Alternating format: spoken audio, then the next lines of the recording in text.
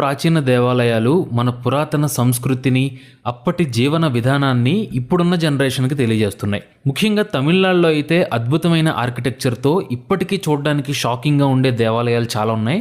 అందుకే తమిళనాడు స్టేట్ సింబల్లో కూడా గోపురం కనిపిస్తుంది. మన దేశంలోని గొప్ప గొప్ప దేవాలయాలు ఎన్నో తమిళనాడు రాష్ట్రంలో ఉన్నాయి.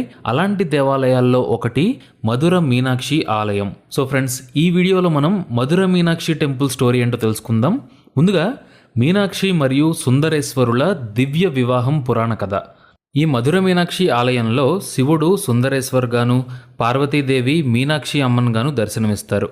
మీనాక్షి దేవాలయానికి సంబంధించిన ప్రసిద్ధ పురాణాల్లో ఒకటి మీనాక్షి మరియు సుందరేశ్వర్ యొక్క దైవిక వివాహం. 3 స్తనములతో జన్మించిన మీనాక్షి పరమశివుణ్ణి వివాహం చేసుకోవాలి అనుకుంటుంది.